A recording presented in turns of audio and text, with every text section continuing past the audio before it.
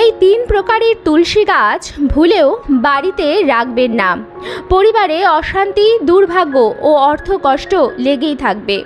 মা লক্ষ্মী হবেন গৃহছাড়া, তাই আজকেই সাবধান হয়ে যান। নমস্কার বন্ধুরা, আমি সুচরিতা সবাইকে স্বাগত জানাচ্ছি কিপ গ্রুমিং চ্যানেলে। বন্ধুরা, আশা করছি ঈশ্বরের আশীর্বাদে প্রত্যেকেই ভালো আছেন এবং সুস্থ আছেন। আজকের ভিডিওটিতে একটি খুবই গুরুত্বপূর্ণ বিষয় নিয়ে আলোচনা করব। আমাদের প্রত্যেকের বাড়িতে কিছু থাকুক আর নাই থাকুক, একটি তুলসী গাছ কিন্তু অবশ্যই থাকে। তুলসী গাছ নেই এরকম বাড়ি হিন্দু বাড়ি সাধারণত দেখাই যায় না। তবে আমরা অনেকেই হয়তো জানি না যে তুলসী গাছ বাড়িতে থাকলে কিছু নিয়ম বিধি অবশ্যই পালন করা উচিত। আজকের পর্বে আমি আপনাদের সঙ্গে শেয়ার করব কোন প্রকারের তুলসী গাছ বাড়িতে ভুলেও রাখবেন না। তুলসী গাছ রাখলে বাড়ির কোন দিকে সেটি রাখবেন, যার ফলে তুলসী গাছ সঠিকভাবে শুভ প্রভাব দেবে আপনার পরিবারে। এবং তুলসী গাছে কি কি ভুল কাজ করলে আপনার পরিবারে দুর্ভাগ্য ও দারিদ্রতা নেমে আসতে পারে। বন্ধুরা, বাড়ির তুলসী গাছটি নিয়ম বিধি পূর্বক রাখুন। তুলসী গাছ বাড়ির বাস্তুতে অত্যন্ত শুভ প্রভাব ফেলে। তুলসী গাছ দিয়ে যে বাতাস আমাদের পরিবারে প্রবেশ করে সেই বাতাস শুদ্ধ এবং পবিত্র হয়। যে কোনো খারাপ শক্তিকে তুলসী গাছ বাড়িতে আসা থেকে বাধা দেয়। তাই তুলসী গাছের নিত্য সেবা করা উচিত। প্রতিদিন স্নান সেরে শুদ্ধ বস্ত্র পরে তুলসী গাছে জল নিবেদন করা উচিত এবং সন্ধেবেলা প্রদীপ এবং ধূপকাঠি দেখানো উচিত। এছাড়াও তুলসী গাছ বাড়িতে থাকলে কিছু কিছু নিয়মবিধি অবশ্যই পালন করতে হবে। আজকের পর্বে সেই সমস্ত কিছু নিয়ে আলোচনা করব।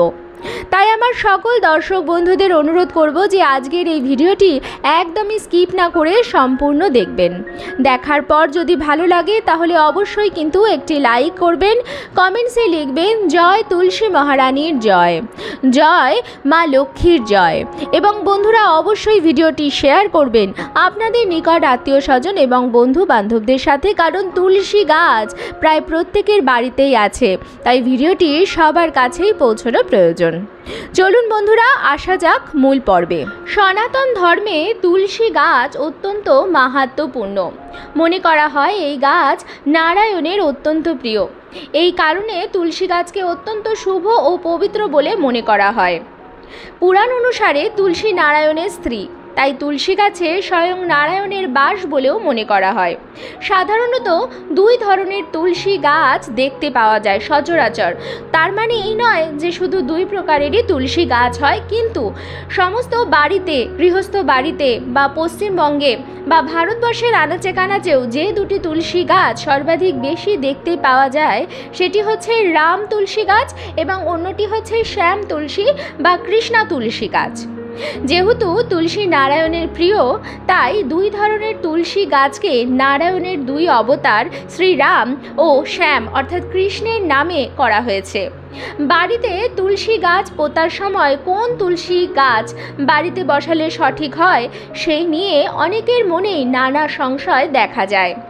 আজ আমরা এই সংশয় দূর করব এবং এই দুই প্রকারের তুলসী গাছ নিয়ে আলোচনা করব। প্রথমে বলবো রামা তুলসী বা রাম তুলসীর কথা। রাম তুলসী গাছের পাতা সবুজ রঙের হয়। মনে করা হয় এই রাম তুলসী শ্রী রামচন্দ্রের বেশি প্রিয়, এই কারণে একে রামা তুলসী বলা হয়। রাম তুলসীর পাতা মিষ্টি স্বাদের হয়। বাড়িতে রাম তুলসীর গাছ বসানো অত্যন্ত শুভ বলে মনে করা হয়। বাড়িতে রাম তুলসীর গাছ থাকলে সেখানে সুখ ও সমৃদ্ধি বজায় থাকে। পুজোয় রাম তুলসীর পাতাই বেশি ব্যবহৃত হয়। এবার বলবো শ্যাম তুলসী বা কৃষ্ণা তুলসীর কথা। শ্যাম তুলসী গাছের পাতা গাঢ় সবুজ বা পার্পল রঙের হয়। হিন্দু শাস্ত্র অনুসারে শ্যাম তুলসী গাছ শ্রীকৃষ্ণের অত্যন্ত প্রিয়। কৃষ্ণের এই আরেক নাম ছিল শ্যাম, সেই কারণে তুলসীকে শ্যাম তুলসী বলা হয়। শ্যাম তুলসী গাছের পাতার স্বাদ সামান্য কষাটে। পুজোয় শ্যাম তুলসী গাছের পাতা ব্যবহৃত হয় না। এবার রাম তুলসী ও শ্যাম তুলসী উভয় গাছই বাড়িতে বসানো অত্যন্ত শুভ। তবে রাম তুলসী গাছের পাতা যেহেতু পুজোয় ব্যবহৃত হয়, তাই সাধারণত গৃহস্থ বাড়িতে রাম তুলসী গাছই বসানো হয়। রাম তুলসী গাছ বাড়িতে থাকলে সেই পরিবারের সদস্যদের উন্নতির পথ সুগম হয়। বাড়িতে তুলসী গাছ বসাতে হলে বৃহস্পতিবার, শুক্রবার ও শনিবার তুলসী গাছ বসানোর জন্য সেরা। এই দিনগুলিতে তুলসী গাছ বসালে মা লক্ষ্মী ও নারায়ণ ভগবানের আশীর্বাদ লাভ করা যায়। তবে ভুলেও একাদশী তিথিতে তুলসী গাছে জল দেবেন না। এছাড়াও গ্রহণের দিন এবং রবিবারেও তুলসী গাছে জল দিতে নেই। তুলসী গাছ বাড়িতে থাকা অত্যন্ত শুভ, কিন্তু ভুল দিকে তুলসী গাছ রাখবেন না। আপনি যদি বাস্তুশাস্ত্রের নিয়মগুলি অনুসরণ করতে চান, তাহলে উত্তর এবং উত্তর পূর্ব দিকের মতো এলাকাগুলি তুলসী গাছ লাগানোর জন্য সবচেয়ে উপযুক্ত। যেহেতু এটি জলের দিক, তাই এটি সমস্ত নেতিবাচক শক্তিকে ধ্বংস করতে সাহায্য করে এবং বাস্তু নিয়ম অনুসারে একটি বাড়িতে ভালো এবং ইতিবাচক স্পন্দনও তৈরি করে। আরও বাস্তু নিয়ম অনুসারে বাড়ির দক্ষিণ পূর্ব দিককে আগুনের দিক হিসাবে বিবেচনা করা হয়, তাই এই দিকে তুলসী গাছ আপনারা ভুলেও রাখবেন না। তুলসী গাছের সঠিক পরিচর্যা বা যত্ন করতে হবে। এটি বাড়িতে থাকা অবস্থায় শুকনো বা নষ্ট হওয়া উচিত নয়। তুলসী গাছের জন্য বাস্তু অনুসারে এই পরিস্থিতি, অর্থাৎ যদি তুলসী গাছ শুকিয়ে যায়, এরকম পরিস্থিতি বাড়ির বাসিন্দাদের জন্য দুর্ভাগ্য নিয়ে আসে। তাই তুলসী গাছকে সতেজ ও সবুজ রাখার চেষ্টা করুন এবং যদি তুলসী গাছ কোনো কারণে শুকিয়ে যায়, তাহলে সেই তুলসী গাছটিকে যত্ন সহকারে কোনো প্রবাহিত জলে, নদীতে, পুষ্করিণীতে আপনি দিয়ে দিন, ঠিক আছে? এবং তার বদলে সেই স্থানে পুনরায় একটি নতুন তুলসী গাছ আপনারা রোপণ করুন। কখনোই শুকিয়ে যাওয়া তুলসী গাছ বাড়িতে রাখবেন না। তুলসী গাছের আশপাশ সদা সর্বদা পরিষ্কার এবং পরিচ্ছন্ন রাখুন। তুলসী গাছের আশেপাশে যেন কোনো প্রকারের আবর্জনা, ঝ্যাঁটা, ছাতা, জুতো, চটি ইত্যাদি জিনিস বা ক্যাকটাস জাতীয় গাছ না থাকে। তুলসী গাছটি যেন পরিষ্কার থাকে। সবসময় মনে রাখবেন, মাটিতে তুলসী গাছ কখনোই ভালো নয়, ভালো প্রভাব দেয় না। সর্বোত্তম ফলাফল পেতে সর্বদা এটি কোনো পাত্রে বা টবে রোপণ করা উচিত। একটি তুলসী গাছ নিজের জন্য একটি নিবেদিত স্থানের প্রয়োজন। এছাড়াও তুলসী গাছকে তুলসী মঞ্চের মধ্যে রাখা সব থেকে বেশি ভালো। দেখবেন বাড়িতে আগেকার দিনে উঠোনে তুলসী মঞ্চ বানিয়ে সেখানে তুলসী গাছ রোপণ করা হতো। যদি সেই রকম সুযোগ না থাকে, আপনি যদি ফ্ল্যাটে থাকেন, সেরকম আপনার সুযোগ নেই, তাহলে সেক্ষেত্রে আপনি আপনার ব্যালকনিতে একটু ওপরের দিকে একটি তুলসীর ভিটি বানিয়ে সেখানে তুলসী গাছ রাখতে পারেন এবং অবশ্যই সেটি উত্তর পূর্ব দিকে বানানোর চেষ্টা করবেন এবং যেন সেখানে পর্যাপ্ত পরিমাণ রোদ এসে পৌঁছায়। কারণ তুলসী গাছ কখনো অন্ধকার জায়গায় রাখতে নেই, তুলসী গাছেরও রোদের প্রয়োজন। তাই আলোকিত জায়গায়, যেন সূর্য যখন উদয় হবে, বাড়িতে যখন আলো পড়বে, যেন তুলসী গাছে সেটি পড়ে। সেই জন্যই এটি উত্তর পূর্ব দিকে রাখার কথা বলা হয়। তাহলে সেইভাবে সেই জিনিসটি রাখবেন। অনেকেই মনে করেন যে বাড়িতে একটি মাত্রই তুলসী গাছ রাখা উচিত, একাধিক তুলসী গাছ বাড়ির জন্য ভালো নয়। বন্ধুরা, আপনি একাধিক তুলসী গাছও রাখতে পারেন, তবে তুলসী গাছ রাখার যে নিয়মবিধি সেগুলি সর্বদা আপনাকে মানতে হবে এবং বাস্তু নিয়ম হিসাবে মনে করা হয় যে বিজোড় সংখ্যক তুলসী গাছই বাড়ির জন্য ভালো। অর্থাৎ আপনি একটি তুলসী গাছ রাখতে পারেন, 3টি রাখতে পারেন, 5টি রাখতে পারেন, 7টি রাখতে পারেন। সর্বদা বিজোড় সংখ্যক তুলসী গাছ রাখার চেষ্টা করবেন এবং তুলসী গাছ আপনি যে কটাই রাখুন, প্রত্যেকটি তুলসী গাছই আপনি টবে রাখবেন এবং সঠিক পরিচর্যা করবেন। তাহলেই তুলসী গাছ আপনাকে শুভ প্রভাব দেবে। আপনি বাড়িতে রাম তুলসী বা শ্যাম তুলসী যে প্রকারই তুলসী গাছ রাখুন না কেন, সেই তুলসী গাছে খুব বেশি মঞ্জুরি হতে দেবেন না।